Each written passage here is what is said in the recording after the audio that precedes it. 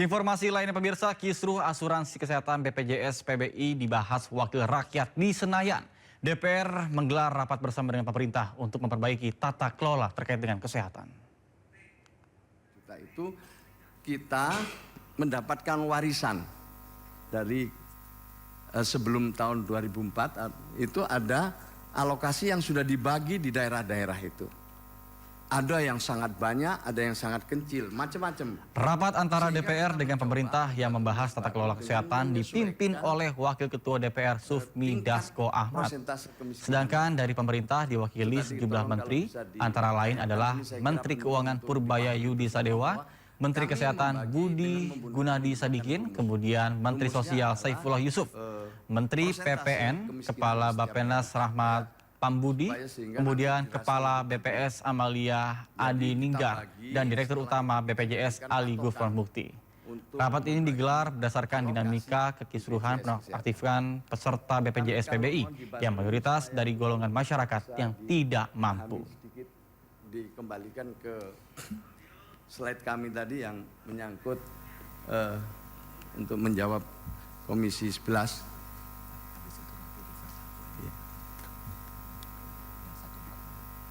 Ya, nanti setelah ini langsung sambil menunggu slide Bapak Ibu sekalian,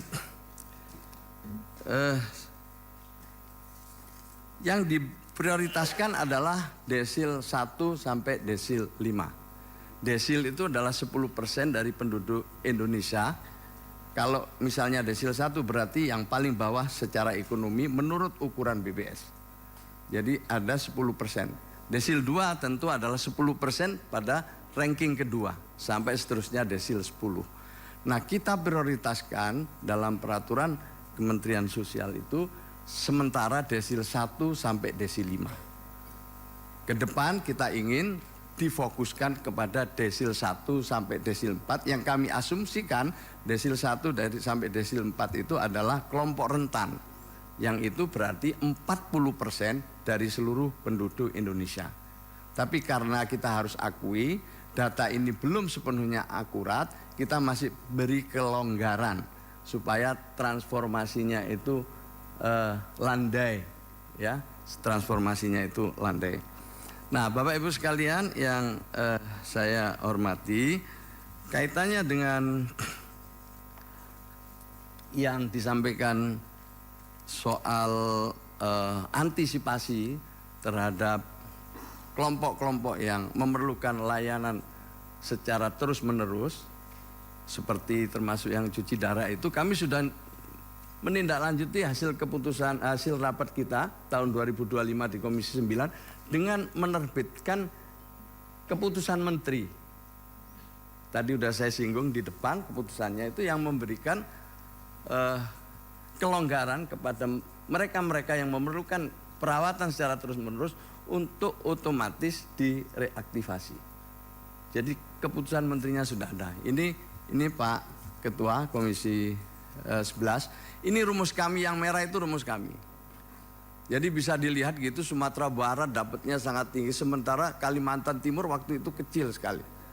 Nah, maka itu kita naikkan pelan-pelan. Kita juga tidak langsung mengurangi habis sesuai garis merah, tapi kita naikkan pelan-pelan secara bertahap, supaya tadi tidak ada kejutan-kejutan. Dan ini adalah kesempatan kami bersama daerah untuk melakukan yang namanya ground check bersama dengan BPS. Kemudian berikutnya yang ingin kami sampaikan, bahwa saya kira usulan sangat baik dari Pak Menteri Kesehatan, didukung oleh Menteri Keuangan dan didukung oleh Bapak Ibu sekalian, bagaimana selama 2-3 bulan, khusus yang penyakit kronis tadi adalah 3 bulan, tapi yang normal 2 bulan berlakunya setelah kami tanda tangani. Ini juga akan memudahkan BPJS. Insya Allah segera akan kami proses. Mungkin Pak Menteri Kesehatan mau nambahkan, silakan. Karena masih ada tanya Pak Wakil Ketua, ini karena ditanya Pak Dolfi. Memang yang Pak Dolfi lihat itu keseluruhan anggaran Pak. Subsidi BPJS untuk 146,4 juta orang. Yang tadi saya sebutkan adalah bagian dari itu Pak Dolfi. Itu adalah subsidi untuk peserta PBI sebesar 96,8 juta. Ada kategori lain yaitu subsidi PBPU, Pak. Ini besarnya 49,6 juta. Sehingga kalau di total jumlahnya seperti yang Bapak bilang tadi. Jadi angka 146,4 adalah satu kategori PBI 96,8 juta, dua kategori PBPU sebesar 49,6 juta. Bedanya apa, Pak? Kalau PBI itu pemerintah mensubsidi 100%, iuran 42.000 per bulan. Dan itu disalurkan melalui Kementerian Kesehatan. Kalau PBPU subsidinya parsial, Pak. Rp7.000 dari 42.000. Di mana 4.800 melalui Kementerian Kesehatan, 2.200-nya melalui Pemda. Nah, mungkin yang Bapak lihat tadi karena Bapak di anggaran, Bapak melihat keseluruhannya. Kami di Kemenkes kita melihatnya yang di PB aja. Demikian, Pak. Baik, clear ya. Jadi perbedaan antara yang APBN dengan yang Pemda. Oke, mungkin tambahan sedikit dari Kementerian Keuangan sebelum saya tawarkan kesimpulan. Terima kasih Pak Ketua. Mungkin saya hanya ada penjelasan sedikit tentang pertanyaan Ibu dari Komisi 9 tadi. Kenapa uang dari Kementerian Keuangan seret katanya. Jadi kita udah alokasikan iuran untuk PBIJK tahun 2026 itu sebesar 56,464 triliun. Yang 46,464 triliun itu udah masuk dalam DIPA Kementerian Kesehatan dan sudah siap digunakan. Betul, Pak? Yang 10 triliun lagi juga dalam DIPA Kementerian Kesehatan ini masih diberikan catatan diblokir menunggu dasar kebijakan lebih lanjut. Jadi tergantung Kementerian Kesehatan maunya apa, mau diapain, kita belum clear.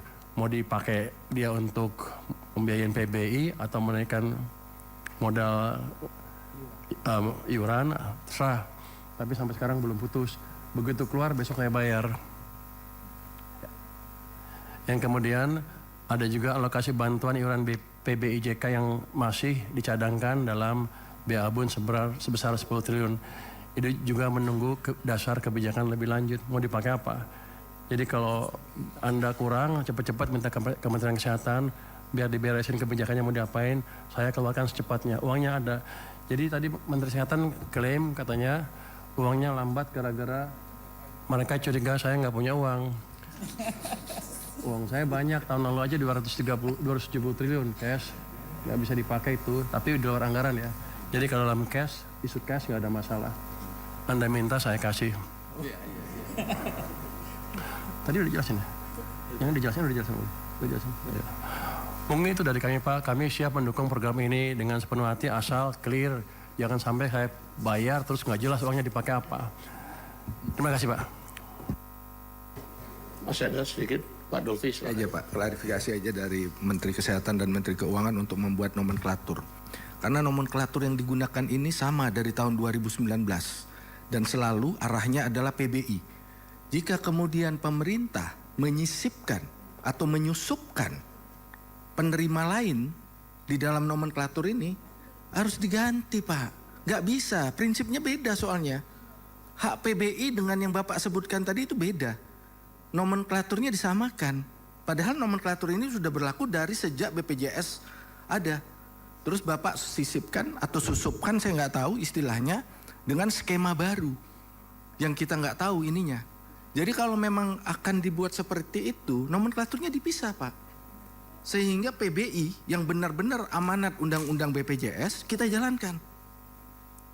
Bagi masyarakat yang tidak mampu dan rentan. Gitu. Itu aja Pak usulnya agar nomenklaturnya bisa dipisah. Kami kan fungsi pengawasan, kami mau lihat Pak detail anggaran ini sesuai nggak dalam penyusunannya. Nah kalau seperti ini kan beda ini Pak. Nggak pernah dimunculkan ini isu ini. Demikian Pak Ketua untuk dipisah nomenklaturnya Pak. Baik, kalau begitu saya tawarkan kesimpulan rapat pada hari ini. Yang pertama, DPR dan pemerintah sepakat dalam jangka waktu 3 bulan ke depan, semua layanan kesehatan tetap dilayani dan PBI-nya dibayarkan pemerintah. Yang kedua, DPR dan pemerintah sepakat dalam jangka waktu 3 bulan ke depan, Kemensos, Pemda, BPS, BPJS Kesehatan melakukan pengecekan dan pemutakhiran desil dengan data pembanding terbaru. 3. DPR dan pemerintah sepakat untuk memaksimalkan anggaran yang sudah dialokasikan di APBN secara tepat sasaran dan dengan data yang akurat. 4. DPR dan pemerintah sepakat agar BPJS Kesehatan aktif melakukan sosialisasi dan memberikan notifikasi ke masyarakat apabila terjadi penonaktifan kepesertaan PBI dan PBPU Pemda. 5. DPR dan pemerintah sepakat terus melakukan perbaikan dan mewujudkan ekosistem tata kelola jaminan kesehatan yang terintegrasi menuju satu data tunggal. Apakah kesimpulan 1.1 sampai dengan poin 5 dapat disetujui? Terima kasih. Dengan demikian, rapat hari ini kita tutup dengan mengucapkan terima kasih. Wabillahi taufik wal hidayah. Wassalamualaikum warahmatullahi wabarakatuh.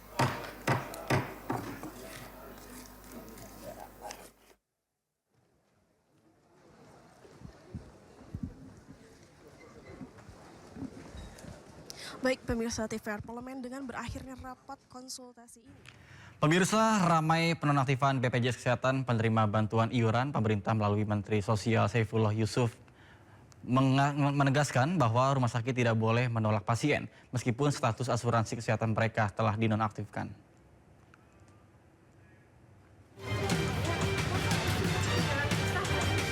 Sejak BPJS Kesehatan bagi warga kurang mampu atau BPJS penerima bantuan iuran jaminan kesehatan dinonaktifkan, antrean terjadi di sejumlah kantor BPJS. Salah satunya di kantor BPJS Depok, Jawa Barat. Akibat status BPJS Kesehatan tidak bisa digunakan, warga mengaku tidak bisa berobat, bahkan ditolak rumah sakit. Pihak BPJS menyarankan warga beralih ke BPJS Mandiri, namun dirasa memberatkan. Menteri Sosial Saifullah Yusuf atau Gus Ipul angkat bicara mengenai hal ini. Ia menegaskan bahwa rumah sakit tidak diperbolehkan menolak pasien meskipun status BPJS PBI mereka dinonaktifkan. Gus Ipul juga berjanji jika pemerintah akan bertanggung jawab terkait dengan polemik penonaktifan BPJS PBI JK. Tidak boleh rumah sakit menolak pasien. Itu dulu. Setelah itu baru kita bicara pembiayaan. Dalam rangka pembiayaan itu pemerintah bertanggung jawab. Kalau dia memang dari keluarga yang berada di desil 1 sampai desil 4 atau keluarga yang telah ditetapkan oleh pemerintah daerah sebagai keluarga yang memenuhi syarat untuk memperoleh bantuan, ya akan kita bantu dan akan kita proses. Sudah ada mekanisme reaktivasi dan ini sudah disepakati bersama Kementerian Sosial, Kementerian Kesehatan, BPJS Kesehatan. Hal yang sama disampaikan oleh Wakil Menteri Kesehatan Dante Saxono Herbuono. Ia menegaskan pihak rumah sakit tidak akan menolak pasien BPJS PBI, termasuk pasien cuci darah. Wamenkes juga menyebut status BPJS PBI JK bisa diaktifkan kembali. Kalau memang membutuhkan cuci darah, bisa diaktifkan kembali BPJS-nya, ya sama sekali tidak akan kita tolak untuk cuci darah. Nah, berarti nggak boleh Pak ya kalau rumah sakit? Nggak boleh menolak. Ya. Jadi kan kita lakukan aktivasi. Ya mereka yang kemudian memang harus memerlukan cuci darah, tapi BPJS-nya itu dinonaktifkan oleh Dinas Sosial, boleh melakukan reaktivasi lagi. Polemik berawal saat kartu BPJS penerima bantuan iuran jaminan kesehatan milik pasien mendadak tidak aktif. Akibat pasien kebingungan, warga berharap pemerintah segera mencarikan solusi. Tim Liputan iNews melaporkan.